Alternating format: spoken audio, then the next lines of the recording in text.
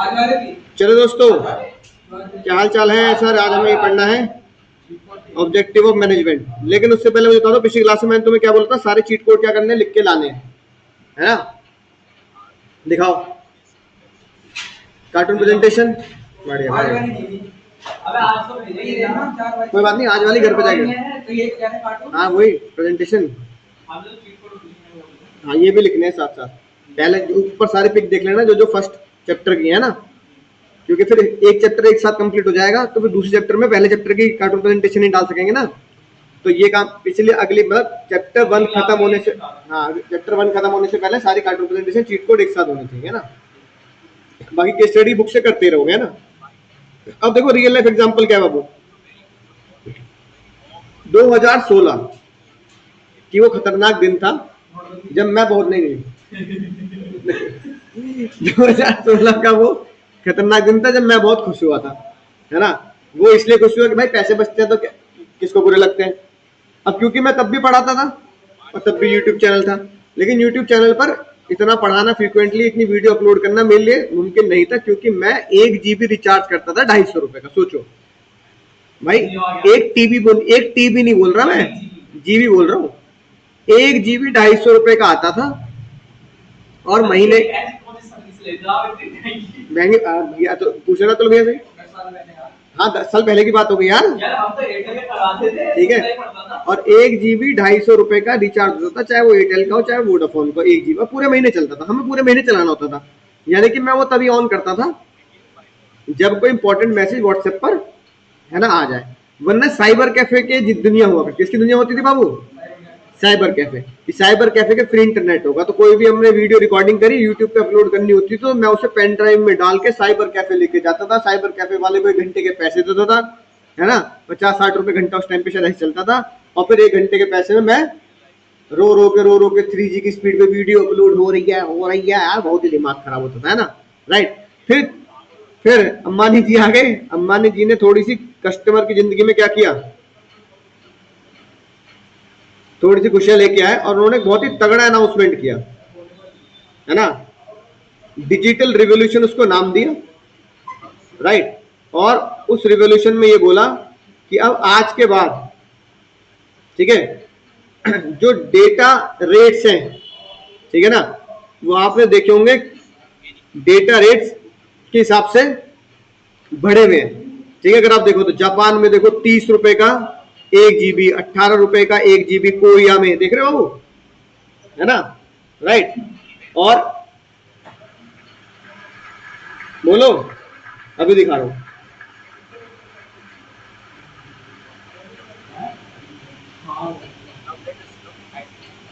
है ना। और यूके का 15, मतलब इस तरीके से आपसे उन्होंने इस तरीके से क्या कर रखा है, बना रखा है ना, राइट। देख रहे हो, 4G smart need to be more allocated 4G smartphone. देखो पूरी दुनिया का उन्होंने ये दिखाया कि पूरी दुनिया का क्या है। अब हाँ देखो ये दिखा रखा है यूएस का, यूके का, समझ रहे हो बात को, कि इतना इतना है। इन जियो कितना दे रहा तुम्हें? $1 कम से भी, है ना, ठीक है, राइट। सबसे सबसे महंगा कहाँ है? वो सबसे महंगा जापान में है, $30 का 1 GB। ये 2016 की बात है, तो बहुत महंगे हुआ करते थे। फिर जियो ने क्या किया, फिर जियो ने एकदम से धमाका किया कि अब जो आप सुनने वाले हैं तो तुम सबके होश उड़ जाएंगे, खासकर एयरटेल और वोडाफोन वालों के। तो उन्होंने बोला अब मैं 3 महीने क्या करूंगा, 3 महीने डेटा फ्री करूंगा। ठीक है, देखो ये लिखी बात एग्जिस्टिंग, भाई ये तो बताना चाह रहा हूँ, मुझे 35 मिनट में लिखी बात, यही दर्द की बात है, दूध दर्द यही है। एग्जिस्टिंग जो कंपनी, नाम नहीं लिया, 2 ही कंपनी थी उस टाइम पे एग्जिस्टिंग, एक वोडाफोन बड़ी बड़ी और एक एयरटेल। 250 रुपए पर जीबी का मैं खुद रिचार्ज करता था। देखो डेटा 250 रुपए पर जीबी, वॉइस 65 पैसा पर मिनट, वॉइस के भी पैसे लगते थे, हाँ मैसेज के भी, है ना। और मैसेज के पैक्स आते थे कि भैया इतने रुपए में 100, तो तुम्हें क्या कहते हैं 50 पैसे का पड़ जाएगा। अब देखो जियो क्या कह रहा है, नहीं जियो क्या कह रहा है, वॉइस फ्री और डेटा कितना, हाँ 50 रुपए पर जीबी। ठीक है, फिर उन्होंने कुछ नहीं बोला, उन्होंने बोला, लोगों ने बोला चलो भाई ठीक है 50 रुपए पर जीबी, कोई दिक्कत वाली बात नहीं। फिर उन्होंने बताया कि हमारे प्लान्स ऐसे रहेंगे तो तुम्हें और भी सस्ता मिलेगा, लेकिन फिर भी क्योंकि जियो सिम पहली बार इंडिया में लॉन्च हो रहा है, जियो सिम पहली बार इंडिया में लॉन्च हो रहा है, तो मैं चाहता हूं कि हर घर में हर मोबाइल में डुअल सिम मोबाइल है तो क्या हो, हाँ, हर घर में जियो का, हर मोबाइल में जियो का सिम जरूर होना चाहिए, जियो का सिम जरूर होना चाहिए। तो उन्होंने क्या किया, बोलो क्या किया, जियो का सिम कितने महीने फ्री कर दिया, 3 महीने, फिर बाद में और 3 महीने, तो टोटल 6 महीने जियो का सिम क्या किया गया, बोलो बाबू, फ्री किया गया, फ्री किया गया। जियो म्यूजिक भी लॉन्च किया उसी में ही, ठीक है, राइट, और जियो सिम को फ्री किया, फ्री वॉइस कॉल हो गई, फ्री डेटा हो गया, समझ रहे बात को, तो लोगों को बहुत खुशी हुई। ये बताओ ऐसा करके अंबानी ने क्या किया, पैसा नहीं कमाया, अभी तो लॉस किया, 6 महीने तो लॉस किया तगड़ा, अपना पहले मार्केट में नाम बना दिया और स्टैंडिंग पाई। पैसा तो अब कमा रहे हैं, पैसा तो अब कमा रहे हैं 5 साल के बाद, 5 साल तो लॉस ही कराए उन्होंने, तो इतनी तो कैपेसिटी है कि भाई 5 साल बिजनेसमैन क्या कर सकता है, लॉस झेल सकता है। पहले क्या कहते हैं 6 महीने फ्री किया, 6 महीने बाद 250 रुपए पर जीबी था, तो उन्होंने बोला 250 रुपए पर मंथ, 1 जीबी डेली, तो 250 रुपए में 30 जीबी, तो जो मैं 250 रुपए का 1 जीबी रिचार्ज करता था, अब उसे 250 रुपए कितना मिल रहा है, 30 जीबी, तो पागल नहीं हो जाए खुशी में, है कि नहीं बात, 5-10 रुपए 1 जीबी का मिल रहा है।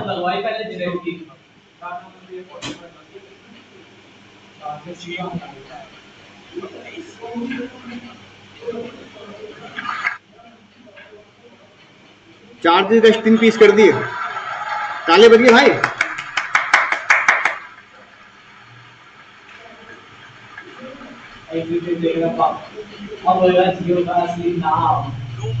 ठीक है, तो भैया चार्जेस को क्या कर दिया अंबानी ने, 16 पीस कर दिया, no more roaming charges, no more high data charges, no more high base rate, no more blackout days कि भैया इंटरनेट बंद रहेगा, आज नेटवर्क नहीं आ रहा, ठीक है, नो मोर रोमिंग चार्ज, पहले रोमिंग के अलग चार्ज होते थे कि हम यूपी में तो कहीं और चले जाएंगे दूसरा चार्ज होगा, नो मोर वॉइस कॉल चार्ज, फ्री, एक बार रिचार्ज करो 250 रुपए का पूरे महीने, अनलिमिटेड बात, मौसी भी खुश, मम्मी भी खुश, और आस पड़ोसों की है ना महिला मंडली खुश, है कि नहीं बात, अनलिमिटेड चुगली, ठीक है।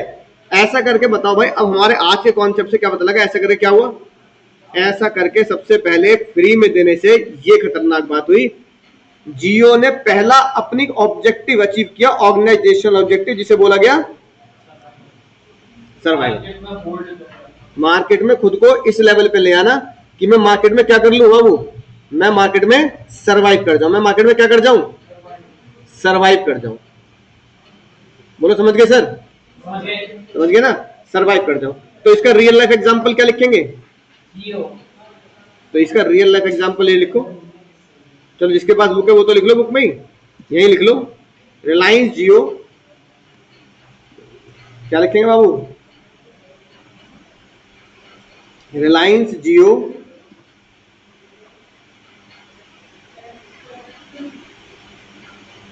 प्रोवाइड या launch free data and voice call, provided past tense में ना call, this shows survival of the Reliance in market, ठीक है ना। रियल लाइफ एग्जांपल लिखने, तो खुद भी सोचा करो रियल लाइफ एग्जांपल, दुनिया में आजकल क्या चल रहा है, दुनिया में क्या चल रहा है आजकल, ईरान वीरान का चल रहा है, टैरिफ का लफड़ा चल रहा है कि नहीं बात, गैस महंगी हो रही है, चीजें इस तरह की सोचा करो कि भाई क्या कहते हैं मेरे एग्जाम के पैटर्न पर किस टॉपिक से वो रिलेट कर सकता है, ठीक है, समझा की बात। सर्वाइवल हो गया, पहले इंसान सर्वाइवल करता है, सर्वाइवल के बाद क्या करता है, नहीं, सर्वाइवल की बात करता है ये ऑप्टिमम यूटिलाइजेशन ऑफ रिसोर्सेज, क्या करता है बाबू, ऑप्टिमम यूटिलाइजेशन ऑफ रिसोर्सेज। अब जियो ने बोला कि भाई एक तो वैसे लॉस में चल रहे हैं, ऊपर से अगर तुम रिसोर्सेज को इस्तेमाल गलत करोगे तो और लॉस हो जाएगा, तो बताओ रिसोर्सेज मैंने क्या कम बताए थे तुम्हें, रिसोर्सेज होते हैं 4M, रिसोर्सेज क्या होते हैं, मटेरियल, तो इफेक्टिव यूटिलाइजेशन रिसोर्सेज क्या होता है 4M, इफेक्टिव यूटिलाइजेशन रिसोर्सेज क्या होता है 4M, ठीक है। तो 4M को इफेक्टिव यूटिलाइजेशन करना, इससे क्या होगा, अगर प्रॉफिट में जब आएंगे तो हमारा प्रॉफिट जल्दी आना शुरू होगा, लेट नहीं, कैसे आना शुरू होगा, जल्दी, केस स्टडी आएगी, डायरेक्ट क्वेश्चन नहीं आएगा, इसका केस स्टडी आती है। इसका हो गया लेवल जो केस स्टडी आती है ना। डायरेक्ट क्वेश्चन अगर आता है तो प्रिंसिपल्स का आ जाता है, इंपॉर्टेंस का आ जाता है ना, और कोऑर्डिनेशन का आ जाता है, लेकिन इसका केस स्टडी बनती है। डायरेक्ट क्वेश्चन करेंगे क्या है ना। सर्वाइवल, एक बार मैंने सर्वाइव कर लिया, फिर मैंने रिसोर्सेज का ऑप्टिमम यूटिलाइजेशन कर लिया, है ना। उसके बाद अगला स्टेप क्या करूंगा मैं, बोलो बाबू। अगला स्टेप करूंगा प्रॉफिट, नहीं यही तो समझिए मेरी बात। उसके नीचे वाली बात है क्या, ग्रोथ। अब ग्रोथ तो कर लो। अब देखो ग्रोथ में क्या आता है, रिलायंस ने जब जियो लॉन्च किया तो नंबर ऑफ ब्रांचेस, कि भाई हमारा खाली नहीं होगा, पूरे इंडिया में हम क्या करेंगे, ग्रोथ करेंगे। फिर जियो म्यूजिक आ गया, यानी जियो सावन, ये क्या है रिलायंस की, जियो की ग्रोथ। फिर जियो हॉटस्टार, जियो सिनेमा, ये सब किसमें आता है, ग्रोथ में। कि एक ही ब्रांड के अंदर, एक ही चीज के अंदर तुम क्या करते जा रहे हो, ग्रो करते जा रहे हो। इसका मतलब होता है, ग्रोथ का मतलब क्या होता है, add in the prospective in long run, long run में अपने प्रोडक्ट को ऐड करते जाना। तो जियो ने जब लॉन्च किया तो उन्होंने क्या किया, डेटा लॉन्च किया, वॉइस कॉल लॉन्च करी। अब देखो हॉटस्टार तो अभी खरीदा पिछले साल यार, हॉटस्टार पुराना, हाँ डिज्नी का था ना।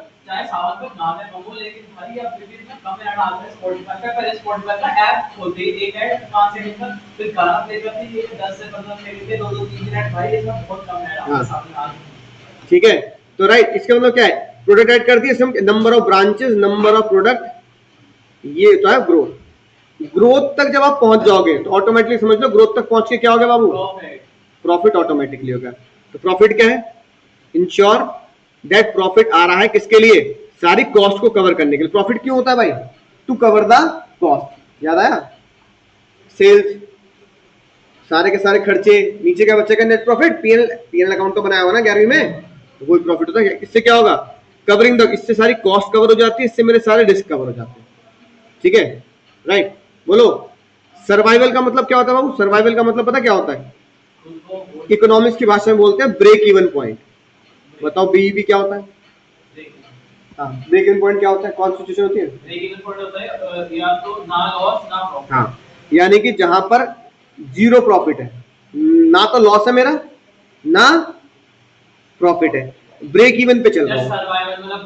हाँ यानी कि sales is just equal to cover the all cost, sales is just equal to cover, हाँ कवर ऑल कॉस्ट, ठीक है ना, प्रॉफिट नहीं आ रहा। ठीक है, बोलो समझ में आ गई बात, बोलो समझ गए सर। अब पहला क्या हो गया, ऑर्गेनाइजेशनल ऑब्जेक्टिव, ठीक है। अब एम्प्लॉय पता क्या बोल रहा है, एम्प्लॉय बोल रहा है भाई तुमने ऑर्गेनाइजेशनल ऑब्जेक्टिव पूरा कर लिया, खुश हो गए, अब हमारी भी सोच, हमारा भी कर लो यार, कुछ दिवाली आने वाली, बोनस वोनस का इंतजाम कर लो, है ना, राइट। मैं यार 5 साल हो गए काम करते करते, मैं ईमानदार एम्प्लॉय, कंपनी छोड़ के नहीं जा रहा, इसका थोड़ी कि सैलरी नहीं बढ़ाओगे, हाँ प्रमोशन कर दो। तो जो भी प्रमोशन पॉलिसी, प्रमोशन कर दो, वो सब क्या होगा, पर्सनल ऑब्जेक्टिव। पर्सनल ऑब्जेक्टिव में क्या होगा, बढ़िया सैलरी, वाह, इज्जत मिले, इज्जत, और तू तड़ाक से भी बात ना करे, जब भाई ऑफिस में हो तो सर करके जी लगा के बात कर लो, तू तड़ाक से तो अच्छा नहीं लगता है ना। पीयर रिकॉग्निशन, पीयर रिकॉग्निशन का मतलब होता है, पीयर मतलब मेरे बराबरी के लोग, मेरे बराबरी के लोग मुझे कम ना समझे, मतलब छोटा ना समझे, कि भैया कोई मीटिंग हो रही है, अबे उसको बुलाओ मत बुलाओ, बराबर है, मतलब है ना, आए ना स्कूल में भी करते हैं, अबे उसको छोड़, तो तू बात कराएगा, उसको छोड़, तो उसे बोलते हैं पीयर रिकॉग्निशन, यानी कि मेरी बराबरी के लोग मुझे रिकॉग्नाइज कर रहे हैं, मेरी प्रेजेंस को वैल्यू देते हैं कि यार उसे बुलाना जरूरी है, अगर उसे नहीं बुलाएंगे तो ऐसे अच्छा नहीं लगेगा, तो वो वेट करें मेरे लिए, ये है ना, ये इंटरनल सेटिस्फेक्शन देता है, पैसा ना हो तो भी। वर्किंग कंडीशन अच्छी हो भाई, है ना, राइट, भाई ऑफिस में आए तो एसी लग रहा हो, पानी पीने के लिए हो, है ना, खाना हो तो भाई गर्म करने की सुविधा हो, वर्किंग कंडीशन अच्छी है, ठीक है ना। आगे में क्या होगा, पर्सनल ग्रोथ, पर्सनल ग्रोथ में क्या होगा कि तुम्हें नई कोई चीज आ रही है दुनिया में, एआई आ गया तो भाई एआई की ट्रेनिंग मिल जाए कि भैया कैसे एआई के टूल्स चलाते हैं, मुझे मेरे कैरियर में कैसे एआई फायदा कर सकता है, पर्सनल ग्रोथ, मुझे उसकी ट्रेनिंग मिलनी चाहिए, वो कंपनी की तरफ से ही मिलनी चाहिए, ऐसा नहीं कि भाई आप अपने आप सीख ले, ऐसा नहीं है ना, राइट। तो अगर ये सारी चीजें पूरी हो जाती है तो इससे हम ये समझाते हैं एम्प्लॉय को कि पर्सनल गोल पहले नहीं है, पहले क्या है, पहले कंपनी गोल है। तो पर्सनल गोल किसके साथ पैरेलल होकर चलता है, कंपनीज गोल के साथ। अगर कंपनी के गोल अचीव नहीं होंगे तो पर्सनल गोल कभी भी अचीव नहीं हो सकते, क्योंकि कंपनी बंद हो जाएगी तो फिर तुम क्या कर लोगे, है ना।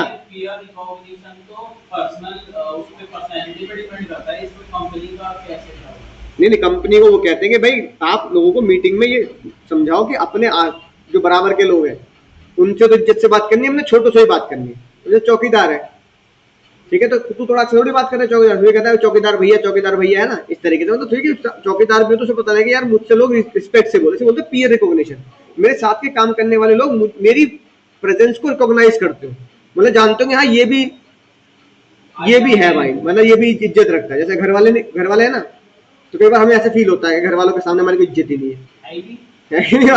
हमारा होना ना होना घर वालों के लिए क्या है ना, बेकार है। उसे बोलते हैं पीयर रिकॉग्निशन। बोलो समझा की बात। अब एक बार कंपनी का ऑब्जेक्टिव अचीव हो गया, एक बार मेरा वो पर्सनल ऑब्जेक्टिव अचीव हो गया। अब ये किस तरह का ऑब्जेक्टिव है मुझे बताना।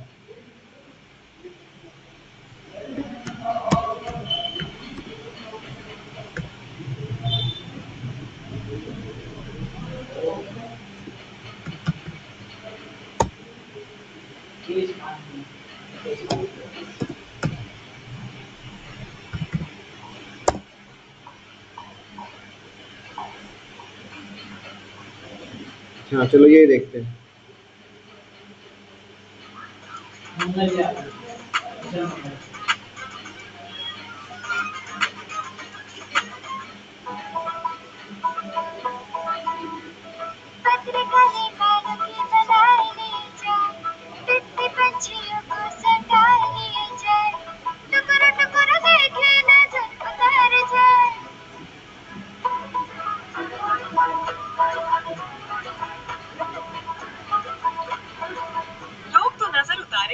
जब मेरा निहार शांति आमला ना सिर्फ मुझे दे खूबसूरत बात, बल्कि इसके लाभ का 5% जाए इनकी शिक्षा की ओर। निहार शांति आमला देखो कहाँ लिखा है, बोल रही है ना कि ना मुझे दे बढ़िया बात, ये लिखा नीचे भी लिखा दे, पढ़ना जरा क्या लिखा है। 5% हर पैकेट बिक्री पर अर्जित शुद्ध लाभ, शुद्ध लाभ मतलब होता है नेट प्रॉफिट, शुद्ध मतलब नेट प्रॉफिट की गई गणना पर, यानी कि ये मत सोचना ग्रॉस प्रॉफिट पे देंगे, ट्रेडिंग बना देने नहीं, जो नेट प्रॉफिट होगा उसका 5%। अगर निहार शांति आंवला की एक बोतल पर जो मान लो बिक्री है 50 रुपए की, तो अगर उसका नेट प्रॉफिट 10 रुपए बनता है निहार शांति आंवला वालों का, है ना, राइट, तो 10%, 10 रुपए का 5%, 50 पैसा हम क्या कर देंगे, दान कर देंगे, डोनेट कर देंगे बच्चे, छोटे बच्चों की पढ़ाई पर। अब यानी कि उनका शुद्ध लाभ आ रहा है, मान लो शुद्ध लाभ आ रहा है एक साल में 10 करोड़, तो 50 लाख रुपए बच्चों की पढ़ाई पे निहार शांति आंवला क्या कर देगा। अगर शुद्ध लाभ आ रहा है 100 करोड़, तो 5 करोड़ रुपए हम बच्चों की पढ़ाई के लिए दान कर देंगे। ये हम एड में भी दिखा रहे हैं और लिख के भी दे रहे हैं। ये भी एक तरीका होता है मार्केटिंग का, है ना, कि यार, है ना, कि भाई अगर लोगों को लग रहा है कि यार ये बता 5% अगर जा भी रहा है, चल ठीक है यार, निहार शांति आंवला खरीद लेगा, बालों में तेल लगाना ही है तो ठीक है, विद्या बाल 95 का तो अपने पास मिल रहा है प्रॉफिट। तो ये मार्केटिंग का तरीका और ये भलाई का भलाई। अब इसको क्या बोलोगे, हाँ इसको बोलते हैं सामाजिक रिस्पॉन्सिबिलिटी, कि भैया मैं समाज की सेवा करने के लिए तैयार हूं, अगर तुम मुझे छोटा छोटा क्या करो, कंट्रीब्यूट करो, है ना। अब ये बताओ, ऐसी तुमने देखा होगा आईटीसी का रजिस्टर होता है, आईटीसी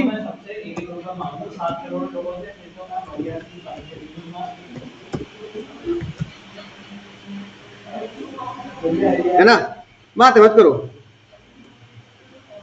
तो आईटीसी की सोशल रिस्पॉन्सिबिलिटी क्या होती है, देखो कॉर्पोरेट सोशल रिस्पॉन्सिबिलिटी आईसी की ना, कि हम पेड़ लगाएंगे, और आईटीसी का रजिस्टर होता है, तुम देखोगे आईटी के रजिस्टर पे क्या लिखा होता है, अरे ये तो भाई दिखाई, ये पीले पीले कलर से क्या लिखा है, कोई बात नहीं, पढ़ लो,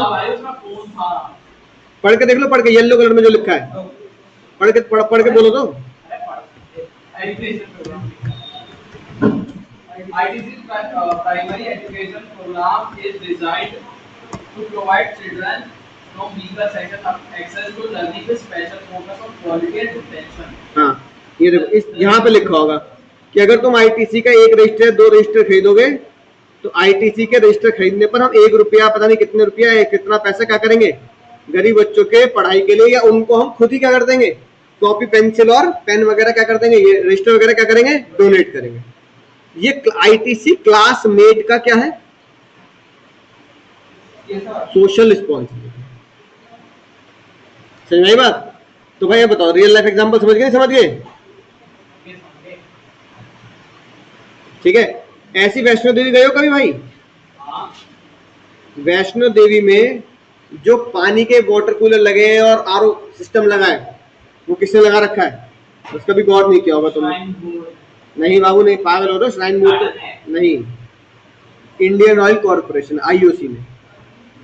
ठीक है, तो ये रियल लाइफ एग्जांपल साथ साथ लिखेंगे। पहला real life example, ITC donate notebook.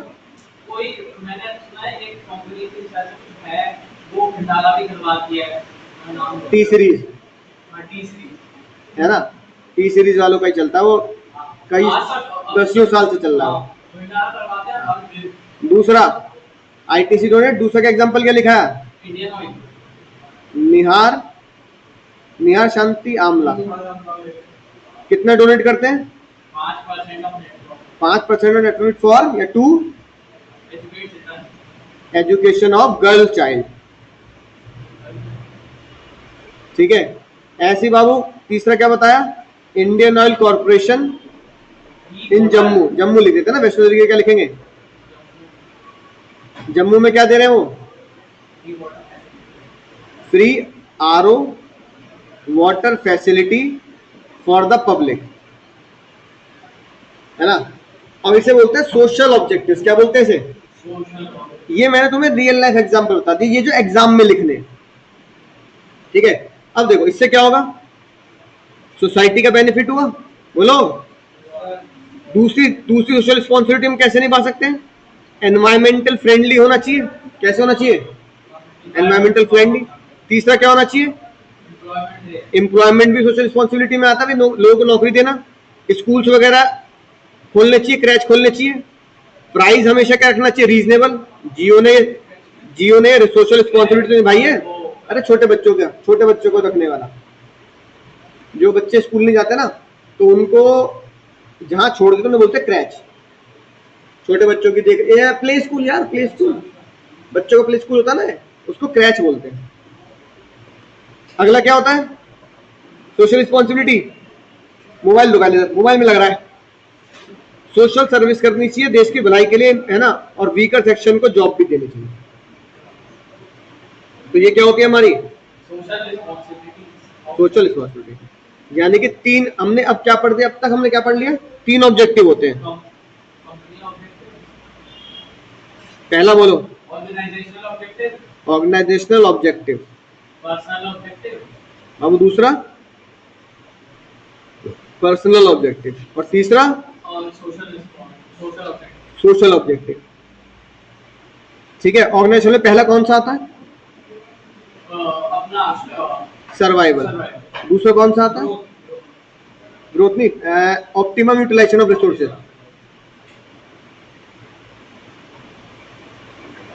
तीसरा कौन सा आता है?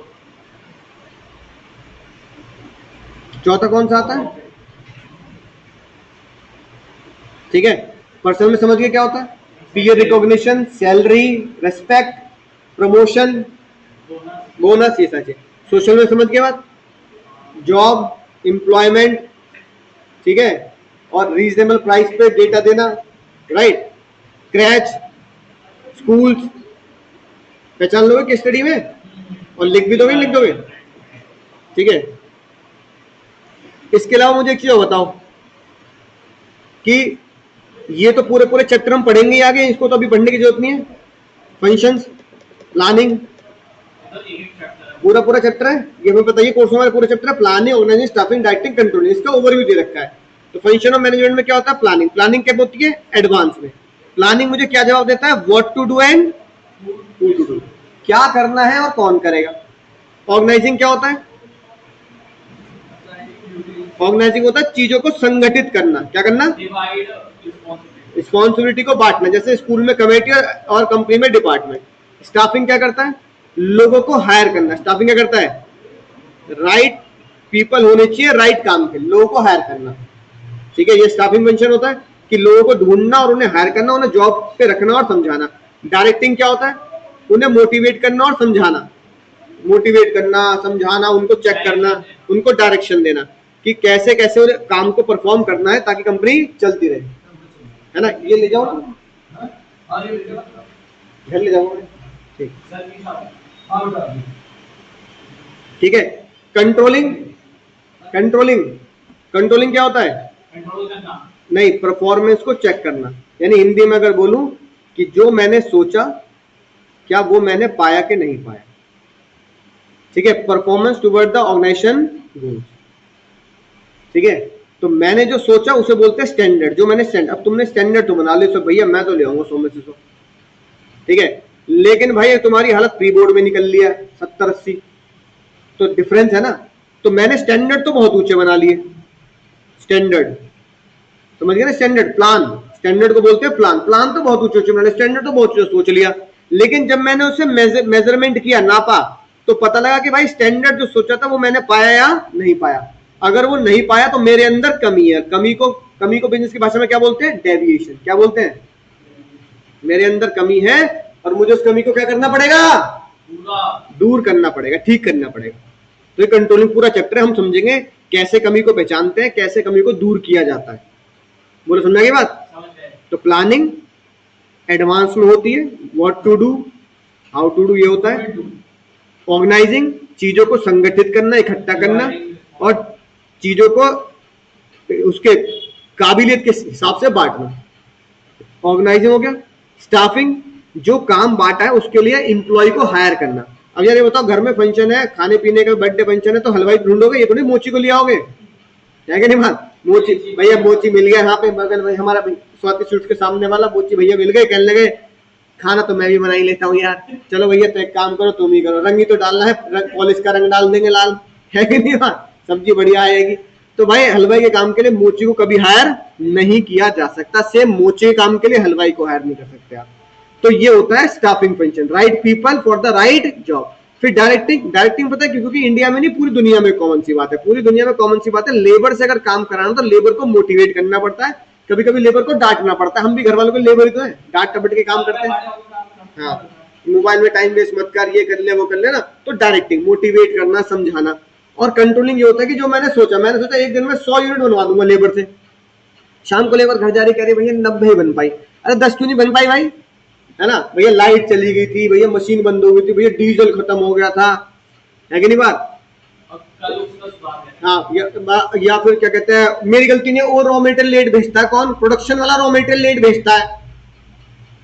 तो यार मैंने कहा यार तूने फैक्ट्री तो मशीन तो 8 घंटे चलाई है, बिजली 8 घंटे लग रही है, तू 8 घंटे का पैसा भी ले रहा है, काम तू कर रहा 7 घंटे का, 7.5 घंटे का, तो यार हमारा तो नुकसान ही है ना। फिक्स कॉस्ट तो फिक्स कॉस्ट ही है, फैक्ट्री का रेंट भी उतना ही जा रहा है यार। तो लेबर कह रही भैया बताओ मैं क्या करूँ, कल से कर लूंगा, आप थोड़ा दिक्कत दूर कर दो। तो कंट्रोलिंग कहती है दिक्कत पहचानो, दिक्कत जिससे हो रही है उससे बात कर लो और दिक्कत को दूर कर लो। तू दिक्कत बता क्या है? भैया रॉ मटेरियल लेट बेचता है, ठीक है, तो मैं किससे बात करूंगा? मैं क्या कहते हैं स्टोर मैनेजर से बात करूंगा, मैं गोडाउन मैनेजर से बात करूंगा। भाई लेबर जो खड़ी होती है तो रॉ मटेरियल सुबह 10 बजे फैक्ट्री खुलती है, तो 9:30 बजे रॉ मटेरियल क्यों रखते जाके, है कि नहीं बात? तो ये मुझे कंट्रोलिंग करके उसकी डेविएशन, कमी निकालनी है, और कमी को क्या करना है फिर? पूरा करना है, दूर करना है।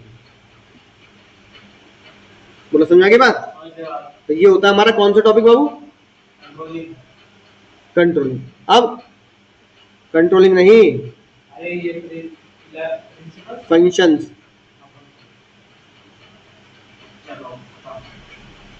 अब आते हैं आज की केस स्टडीज पर। चलो भाई 5 बताओ। पहले होश में सुन लो, क्वेश्चन क्या कह रहा है? वो कह रहा है वेरियस फंक्शंस बताओ। कोऑर्डिनेशन नहीं पूछ रहा, कभी एग्जाम में कोऑर्डिनेशन का आंसर दिया हो। फंक्शंस पूछ रहे बाबू वो तुमसे। Check the deviation between set targets. वो क्या है? वो तो ऊपर नहीं पढ़ा, ऊपर पढ़े ही नहीं क्या? सिंक्रोनाइजेशन नहीं, सिंक्रोनाइजेशन तो होता है कोऑर्डिनेशन, लेकिन मुझे फंक्शन ढूंढने हैं भाई। Planning, organising, staffing, directing, controlling के फंक्शन पहचानने हैं। तो जो मैंने पहला पॉइंट लिखा है वो क्या है? Planning. Thinking in advance what to be done, planning ही तो हुई कि हम पूरे साल क्या करेंगे। अगला, योगा हो गया, they hire employees, yoga staffing, हाँ, कहाँ लिखा है? है ना, when they hire employees, they pay them full. कौन सी लाइन है? मुझे ये लास्ट से थर्ड लास्ट, फुल स्टॉप के बाद डिपार्टमेंट के बाद ये ऊपर ऊपर ऊपर थर्ड लास्ट ऊपर, ये हाँ इसका लेफ्ट लेफ्ट देखो लेफ्ट, दे हायर एम्प्लॉय, सही बात है। हायर एम्प्लॉय क्या हुआ? स्टाफिंग, बिल्कुल सही बात, स्टाफिंग फंक्शन। उसके बाद और कोई ढूंढ सकते हो? they decided to take into consideration, evaluate, कि काम हो रहा है नहीं हो रहा। इवेल्युएट का मतलब नहीं बाबू नहीं, कंट्रोलिंग, चेक करना। इवेल्युएट का मतलब होता है चेक करना, और चेक करने को क्या बोलते हैं? कंट्रोलिंग। इवेल्युएट करूंगा, चेक करूंगा, ये चीट कोड है। इवेल्युएट करूंगा, चेक करूंगा काम ठीक से हो रहा है या नहीं हो रहा। लेवल लिखा, अगेन चेक, ये भी देखो लो, सबसे इवेल्युएट से भी नहीं तो इससे तो पता लगेगा। चेक द डेविएशन, डेविएशन किसमें ढूंढते हैं? अभी भी तो ऊपर वर्ड लिखवा है डेविएशन, कंट्रोलिंग। इस तरीके से मुझे फंक्शंस, हाँ फंक्शंस भी पूछे जाते हैं। अब आता है अगला क्वेश्चन।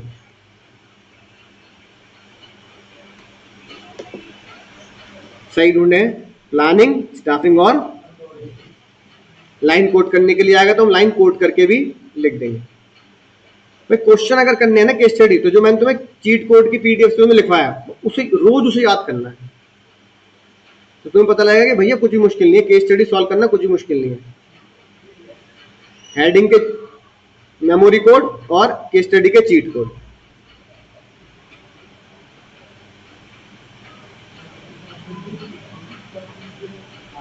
बताओ बाबू 22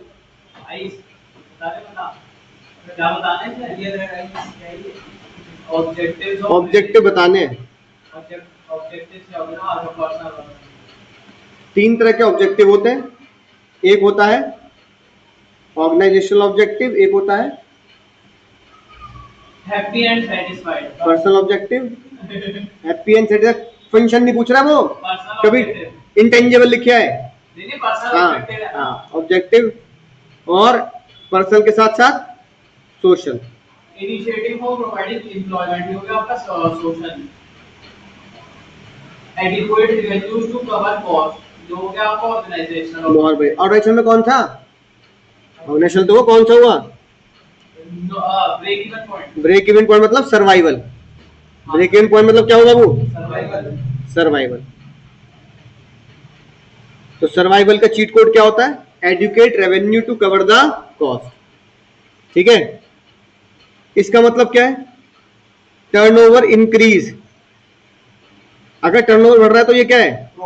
नहीं, ग्रोथ। ग्रोथ हो गया नहीं हो गया? अगला rate of profitability of business को आउट ऑफ क्रेडिटेबल। हाँ कौन सा? ये नीचे थर्ड लाइन में rate of profit also creditable है ना, जो क्या आपका प्रॉफिट। ये क्या हो गया? तो प्रॉफिट, ग्रोथ, सर्वाइवल, ये तीनों ही किसके चट्टे बट्टे हैं? आपने ऑर्गेनाइजेशन। तो ये हमने ढूंढ लिया ऑर्गेनाइजेशनल ऑब्जेक्टिव। अब इसके बाद आ जाता है ऑर्गेनाइजेशनल ऑब्जेक्टिव पूरे हो गए ना।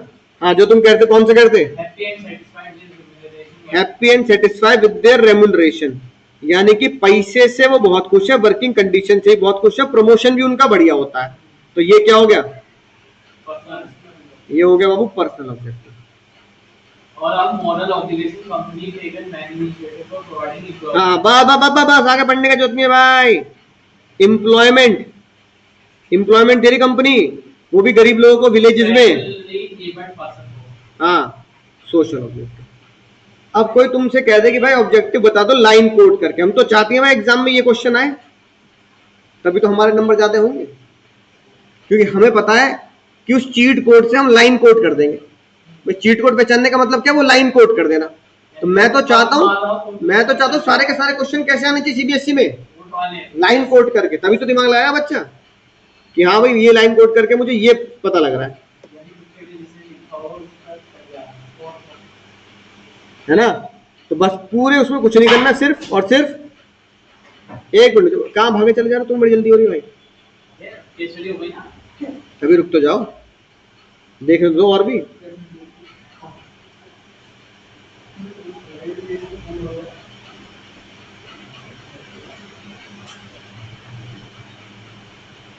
ये बताओ भाई, ऑब्जेक्टिव का ही है ये क्वेश्चन में क्वेश्चन 14। तो दिख नहीं रहा अभी के लिए मेगा क्या बता रहा है इसमें, कौन सा ऑब्जेक्टिव है? ऑब्जेक्टिव बता रहा है। हाँ ऑब्जेक्टिव पढ़ा है ना, उसके तो क्वेश्चन कह रहा हूँ। कंपनी एनालाइज द ऑब्जेक्टिव यानी एक से ज्यादा मिलेगा तुम्हें। The company analyse the reason behind less revenue, यानी डेविएशन को हटा रहे हैं, यानी कंट्रोल ऑब्जेक्ट और सॉरी चप्पल बजेंगी मेरी। ऑब्जेक्टिव कह रहा हूँ, फंक्शन नहीं कह रहा, objective. To increase the revenue. देखिए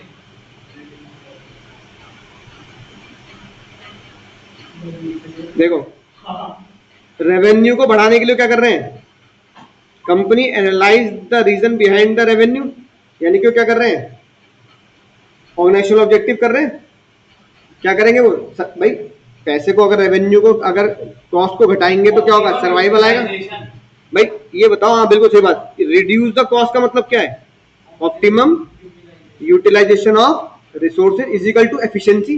पहली क्लास में ये तो बताया था एफिशिएंसी मतलब एफिशिएंसी, सी से कॉस्ट और सी से optimum utilisation of resources.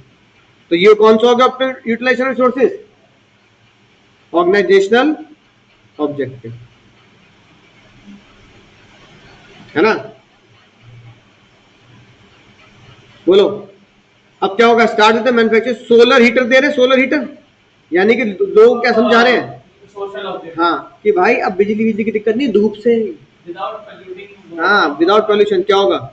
Pollution free natural चीजों से क्या होगा? बिजली बनने लगेगी। तो ये क्या हो गया? Social objective. बिल्कुल सही पहचाना तुमने।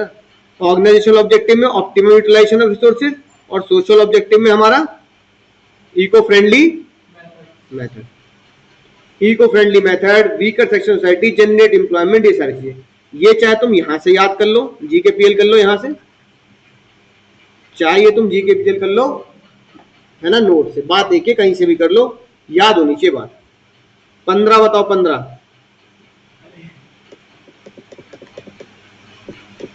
क्या बताना है इसमें भी?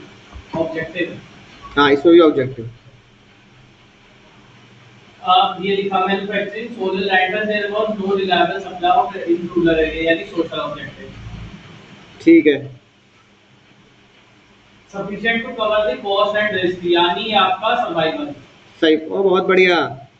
सब कवर द कॉस्ट, मैं इतना ही कमा रहा हूं कि मैं सिर्फ कॉस्ट कवर कर पा रहा हूं, ये क्या हो गया? सर्वाइवल। और सर्वाइवल किसका होता है बाबू? पहले सर्वाइवल किसका होता है? सर्वाइवल कंपनी का, ऑर्गेनाइजेशनल। जॉब अपॉर्चुनिटी दे रहे हैं, social. Social. Company decided to increase production to generate higher sale, होगा आपको ग्रोथ। हाँ। अरे क्रैच और स्कूल, अरे बाबू क्रैच स्कूल तो सोशल ही होता है। हां, और इंक्रीज प्रोडक्शन, इंक्रीज प्रोडक्शन क्या हो जाएगा? ग्रोथ हो सकता है। क्रैच खोल रहे हो, स्कूल खोल रहे हो, जॉब दे रहे हो, ये सब क्या है? सोशल। तो इसमें दो ही है, ऑर्गेनाइजेशनल और लाइन कोड करने के लिए क्या आएगा तो लाइन कोड भी कर दें, कोई दिक्कत वाली बात नहीं। 2 क्वेश्चन होमवर्क है, फोटो खींच लो जिनके पास बुक नहीं है। क्वेश्चन नंबर 28 प्लस 33, बस दो में 2 तुम्हें करके लाने हैं, 28 और 33 कराई दूं? नहीं नहीं नहीं, अरे एक ही लाइन का 28 और कौन सा बोला? अरे मजा आ गया इसमें तो। 33 करना बस होमवर्क। बहुत साल पहले दिल्ली के सीएम ने क्या किया? ईवी नॉट रूल लगाया। बताइए ईवी नॉट रूल क्या होता है? सोशल ऑब्जेक्टिव एनवायरमेंटल पोल्यूशन खत्म, चलो एक दिन इवन नंबर की गाड़ी, एक दिन ऑड। साफ साफ क्या लिखा है? To cut the pollution. ये जब जब जिस साल इवन ऑड लगा था ना, उसके अगले ही मार्च में क्वेश्चन आ गया था बोर्ड पे। इवन ऑड लगाया जब केजरीवाल जी पहली बार सीएम बने, शायद 16-17 में बने थे ना केजरीवाल जी, तभी लगाते थे। तभी बोर्ड वालों ने क्वेश्चन पूछ लिया, बताओ क्या है क्या है। तो दिमाग थोड़ी लगाना भाई, और क्या कर दिया। बस चीट कोड पता होना चाहिए। आखिरी क्वेश्चन कौन सा है? 33। ये होमवर्क में कर लो 33 वाला। पता लगा यही कर दोगे सॉल्व तुम्हें, नहीं हो जाएगा तो कर दो, फिर कोई होमवर्क नहीं, यही कर दोगे तो ये तो अभी तो किया है, अभी तो किया है 33 वाला, सेम ही है। और क्या? अरे हाँ ये तो सेम रिपीट हो गया। अरे हाँ इंक्रीज डे टू डे, सही बात है। देखो एक minute, job opportunity, job opportunity crèches school क्या है? सोशल। सोशल। अब रिपीट हो गया तो कोई बात नहीं, दोबारा कर लेंगे। और cover the cost, survival. Survival किसका होता है? ऑर्गेनाइजेशन। बोलो समझ गए सर, मजा आ गया सर? अब कोई भी केस स्टडी आ जाएगी इस टॉपिक पे कर दोगे ना भाई 100%। बस थोड़ा सा याद करना है, घर पे मेहनत करनी है, याद कर लोगे तो फिर लिखना भी आ जाएगा। ठीक है, राइट। चलो अगली क्लास में पढ़ेंगे अगला topic. Tata bye bye, take care, good night.